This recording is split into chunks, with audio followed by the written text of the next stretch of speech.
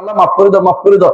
40 জন মানুষ যদি কোনো তারা তাওহীদবাদী শিরিক করে না, তারা দোয়া করলে আল্লাহ তারা ক্ষমা করে দেন। কত বিরাট সুবিধা দিচ্ছেন। তো এটা কমিউনিটি বেসড। আপনি একটা আহলে হাদিস কমিউনিটির মানুষ, আপনাকেই দোয়া করা দরকার। আপনার জন্য মানুষ আকৃষ্ট হবে যে আমি ওই জায়গায় যেন আমার জানাজাটা হয়। কারণ অনেকে ওসিয়ত করে যে আমার জানাজাটা অমুক মাদ্রাসায় হয়, কারণ সেটা তারা সহি আকীদার মানুষ, তারা সহি আকীদার মানুষ, তারা শিরিক করে না, বেদাত করে না, গুনাহ করে না। গুনাহ করে কিন্তু শিরিক বেদাত করে না। ওদের কাছে আপনি পৌঁছায় দেন, ওরা আমার জানাজাটা পড়ুক। কারণ 40 জন যদি পাওয়া যায়, যদি 500 জনের 40 জনও পাওয়া যায়, আপনার কিন্তু ক্ষমা হয়ে গেল, আলহামদুলিল্লাহ। আর একবার ক্ষমা হয়ে গেলে কবরে গেলে আর কোনো সমস্যা নেই। আর প্রশ্ন উত্তর আপনি অটোমেটিকলি জবাব দিতে পারতেছেন, এবং কিয়ামত পর্যন্ত, কিয়ামতের পরও জান্নাত যেতে আপনার কোনো অসুবিধা হচ্ছে না। কিন্তু ঈমান নিয়ে কবরে যেতে হবে, ঈমান নিয়ে কবরে যেতে হবে। ঈমান নিয়ে কবরে গেলে আরেকটা সুবিধা আছে, সেটা কি? কবরে দিয়ে দিছে, তখনও আপনার জন্য যদি কোনো বাইরের লোকেরা দোয়া করে, কি দোয়া করি আমরা কবর মাটি দেওয়ার পরে? কি দোয়া করি? আল্লাহুম্মা সাব্বিতহু, আল্লাহুম্মা সাব্বিতহু, আল্লাহুম্মা সাব্বিতহু। আল্লাহ তাকে সাবেত কদম রাখো, প্রশ্ন উত্তর দেওয়ার তৌফিক দাও। আল্লাহ তাকে প্রশ্ন উত্তর দেওয়ার তৌফিক দাও। এটা সুন্নাত। কবর দেওয়ার পর এটা বলা ব্যক্তিগতভাবে, আবার সবাই মিলে মুনাজাত করার কথা বলছি না, মানে ব্যক্তিগতভাবে সবাই মিলে এই দোয়া করাটা সুন্নাত। রাসূলুল্লাহ সাল্লাল্লাহু আলাইহি ওয়াসাল্লাম করতে বলেছেন আমাদেরকে যে দাউ লাহু বিতাসবিহ, এর জন্য কবরের ভিতরে দোয়া করা, কবরের তার প্রশ্ন উত্তর দেওয়ার তৌফিক দাও, আল্লাহর কাছে এই দোয়া করো। এই আল্লাহ তাআলা তখন এই ওয়াদা আল্লাহ বলে দিয়েছেন, ইউসাব্বিতুল্লাহু আল্লাযীনা আমানু বিল কাউলি সাবিতি ফিল হায়াতিদ দুনিয়া ওয়া ফিল আখিরাহ ওয়া ইউদিল্লুহু যালিমিন। যারা জালেম, ফাসিক, কাফের, ওদেরকে আল্লাহ তাআলা পথভ্রষ্ট করেন, কিন্তু যারা ঈমানদার তাদেরকে আল্লাহ তাআলা দুনিয়ার বুকেও ঠিক রাখেন, কবরে গেলেও আল্লাহ তাআলা প্রশ্ন উত্তর দেওয়ার তৌফিক দান করেন। আপনি প্রশ্ন উত্তর মুখস্থ করে দিতে পারবেন? রেকর্ড বাজাই দিলে। আমাদের দেশে দেখেছি কোন জায়গাতে, আমি এক জায়গায় দেখেছি, এরা কি করে কবর উপর থেকে শিখিয়ে দেয়। শুনছেন এই ঘটনা? শুনেন না আপনারা, তাই না? শুনেন তাহলে। উপরে একজন বসে থাকে, হুজুর বসে বলতে থাকে, ওই অমুক পিয়া, তুমি তো দুনিয়ার বুকে আল্লাহকে, আল্লাহকে রব মানতে, মোহাম্মদকে নবী মানতে, ইসলামকে দিন মানতে, এখন তাহলে উত্তরটা দাও। মানে উপর থেকে শিখাই দিচ্ছে, মানে প্রশ্ন আউট করতে, প্রশ্ন কি নকল সাপ্লাই দিতেছে উপর থেকে। মানে এটার জন্য একটা বড় কাম হয়েছে। আরেকজন শুনছি ওয়াজের মধ্যে বলতেছে, আমি কানে শুনছি নিজে, বলতেছে যদি কোনো ওখানে প্রশ্ন উত্তর নিতে আসে তাহলে কি করতে হবে? আপনাকে আল্লাহ বলতে থাকতে হবে, যাতে করে উত্তর আপনাকে প্রশ্ন করতে না পারে, অনবরত আল্লাহ আল্লাহ করতে থাকবেন। কত শয়তানে যে শিক্ষা দিচ্ছে। আরেকজন বলতেছে আপনার জন্য হুজুর পিসাব চলে আসবে, আসে তিনি আপনার জবাবটা দিয়ে দিবে। মানে কত যে প্রক্সি দিচ্ছে। আবার আমি হুজুর আবার প্রক্সি দিচ্ছে। প্রক্সি দিতে পারবে না ভাই। আপনার প্রশ্ন উত্তর আপনাকে দিতে হবে, আল্লাহকে রব মানতে হবে, আল্লাহকে রব মানতে হবে। রব মানার অর্থ হচ্ছে 3টি জিনিস মুখস্থ রাখবেন। 1 নম্বর হচ্ছে আল্লাহ আমার স্রষ্টা, 2 নম্বর হচ্ছে আল্লাহ আমার মালিক, 3 নম্বর হচ্ছে আল্লাহ আমার দুনিয়ার সমস্ত কাজ, আখিরাতের সমস্ত কাজ তিনি শুধু সম্পাদন করে দিবেন। দুনিয়ার কেউ ইচ্ছা করলো, আল্লাহ ইচ্ছা না করলে সেটা কোনো সম্পূর্ণ হবে না। আপনি সারাদিন যদি কোনো আপনার ওই যে নেতার কাছে দৌড়ান যে আমার ছেলের চাকরি, আমার ছেলের চাকরি, আমার এটা করেন, আমার এটা করেন, দেখবেন যে এটা হয় নাই।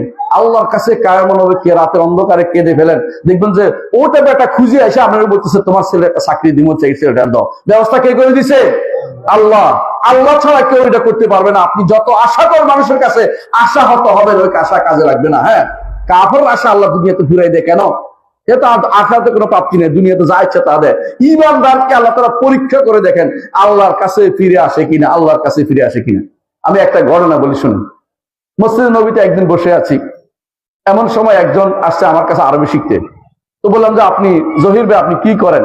বলে বাংলাদেশে আমি একটা ভালো চাকরি করতাম, পুলিশের ছিল, ডিবি অফিসে চাকরি করতো।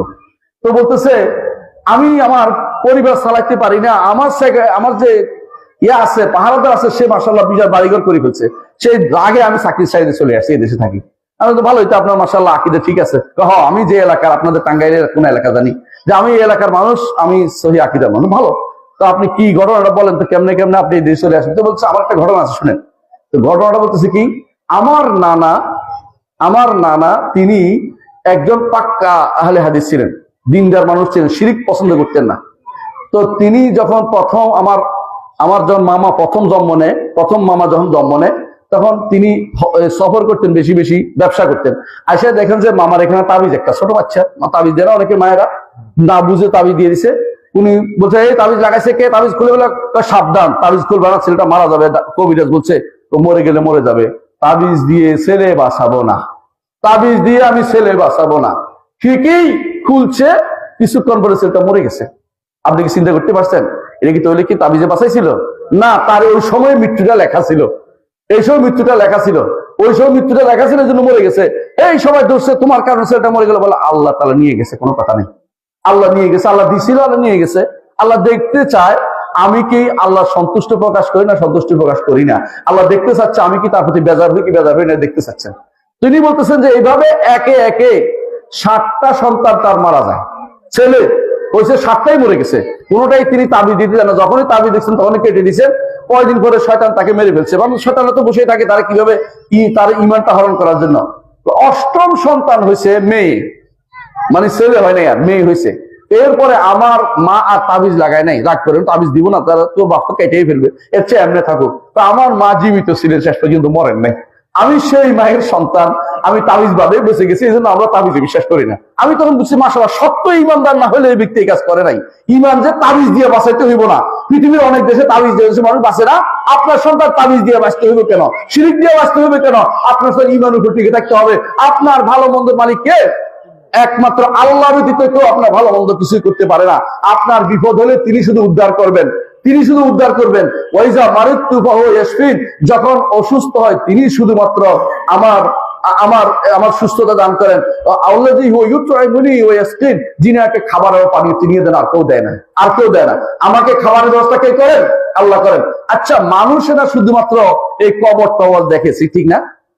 আর অন্যান্য যে সমস্ত প্রাণী আছে, গরু কি কবর দেখে? গরুর খাবারের ব্যবস্থা কে করে? আল্লাহ। এই যে মাছের মাছ, যে মাছ আছে, এক একটা তিমি মাছ আমি শুনেছি, এক একটা তিমি মাছ নাকি একটা 17টা হাতির মতো বড়, আরো বড়। এগুলি একদিনে যা খায় আপনি পুরো 1 বছরও তা খান না। এক এক লোক মার ভিতরে দুনিয়া সব একসাথে খেয়ে ফেলে সব।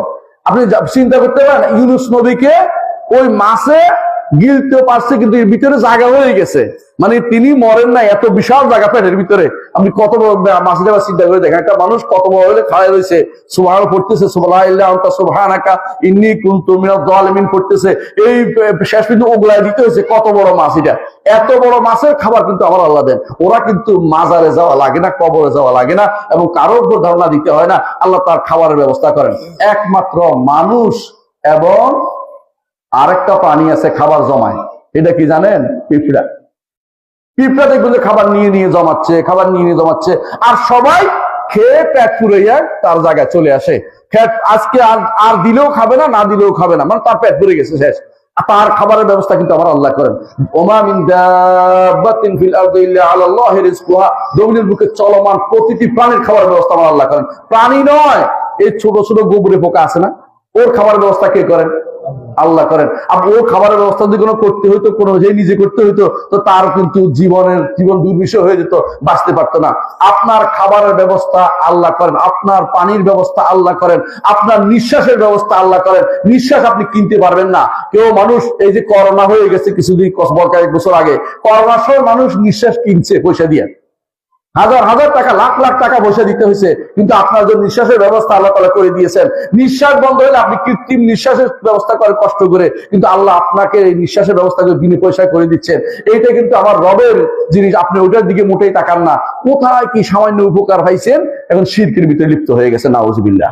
মনে রাখবেন, কেউ আপনার কোনো কিছু ভালো মন্দ করার ক্ষমতা রাখে না। এইটা আল্লাহর রুবুবিয়তের সাথে সম্পৃক্ত। আল্লাহকে রব মানলে 3টে জিনিস মানতে হবে বলছে। একটা কি? তিনি আমার খালেক, তিনি আমার মালিক, তিনি আমার মুদাব্বির, তিনি আমার স্রষ্টা, তিনি আমার মালিক, এবং তিনি আমার পরিচালক। জগতের কেউ আমার কোনো উপকার করতে পারবে না।